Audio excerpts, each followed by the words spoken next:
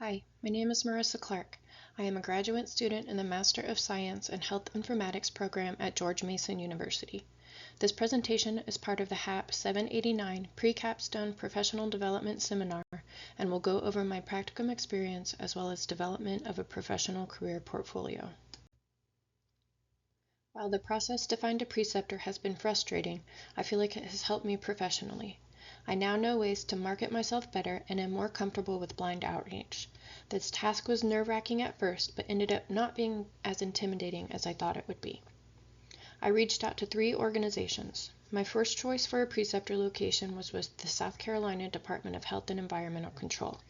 I am hoping to get into preventative medicine, and DHEC does a lot of preventative work. I had 0 connections with DHEC, so I looked online for an organizational chart and located the name of the State Health Improvement Director within DHEC. Her email was not provided, so I searched for her on LinkedIn and messaged her there. She replied to me asking for more information, which I forwarded to her, and I have not heard anything back since then. I have also sent a follow-up email. The second place I reached out to was a local hospital system, Lexington Medical Center. My husband is friends with the VP of the hospital, so he gave her a heads up that I would be reaching out. I sent an initial email and she responded within 3 days saying she forwarded my information along to the correct people and they would be in touch. I didn't hear anything back for 2 weeks, so I sent a follow-up email.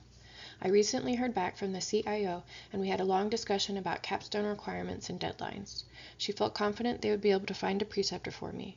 She told me that she would contact the Director of Clinical Informatics and would be back in touch. That was 24 hours ago, so I am still waiting on confirmation that they can accommodate my request. My third choice was with Prisma Health Baptist Hospital, which is my current employer. This choice was my safety net because I had some connections within the clinical informatics department, and I thought my 10-year tenure with the system would hold some merit.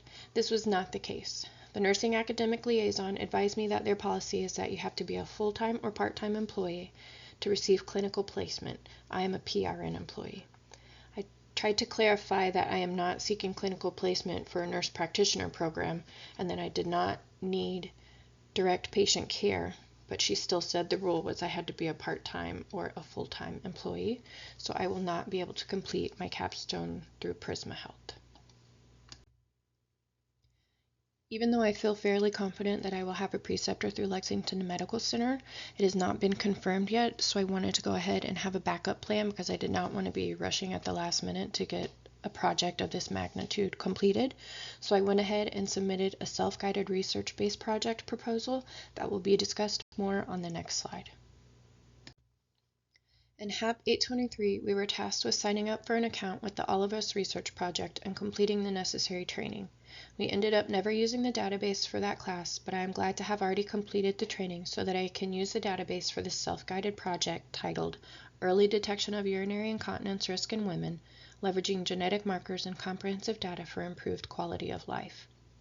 I will access genomic, health history, medical records, and lifestyle data from the database and use it to build predictive models in identifying women with urinary incontinence. Early identification will lead to early intervention and education, thus improving quality of life. Urinary incontinence is a prevalent condition affecting over 78 million women in the United States, with significant implications for physical, emotional, and social well-being. Despite its impact, urinary incontinence often goes underreported due to embarrassment and social stigma. Early identification and intervention are crucial for managing and mitigating the effects of urinary incontinence. I am glad that we were tasked with completing a professional career portfolio for this class. I don't think it is something I would have made myself sit down to do if not for being assigned for grades. Through meeting with the career services, I was informed of the need to keep a master resume where I include all of my previous jobs and projects. That way, when applying for a new job, I will have all of my employment details readily available to construct a tailored resume to the job I'm applying for. I kind of view this professional career portfolio similar to the master resume. Throughout this experience, I think meeting with the University Career Services was a most helpful part of building the portfolio. I've only ever been a nurse, and our interview process and resume requirements are pretty different from what will be expected from me as a healthcare informaticist.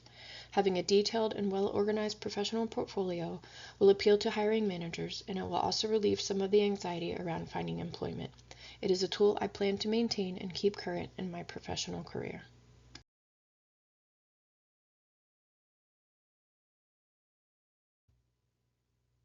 There are a couple of additional items I think my professional portfolio would benefit from me adding.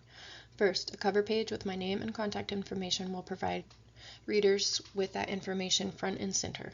I don't know if the cover page would be the appropriate place to have a professional headshot or if I should include it in another section. Either way, I think I will add one to my portfolio.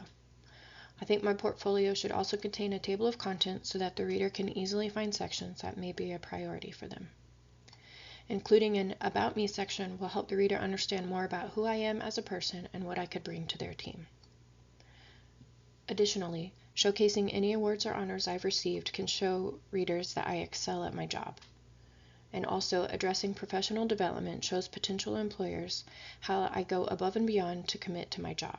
This section will include any conferences I've attended and continuing education seminars I may have taken part in or any certifications I have obtained. Overall, I have found that developing a professional career portfolio has helped me feel more prepared for my job search after graduation. It is a tool that I will keep sharpening throughout my professional career. I also have found that reaching out to find a preceptor for the Capstone project has helped me grow professionally as well. I am more comfortable reaching out and asking for help through many different avenues. I am also more comfortable in communicating professionally and have a better understanding of the business or executive side of healthcare. I have enjoyed HAP 789 and look forward to completing my Capstone project. Thank you for watching.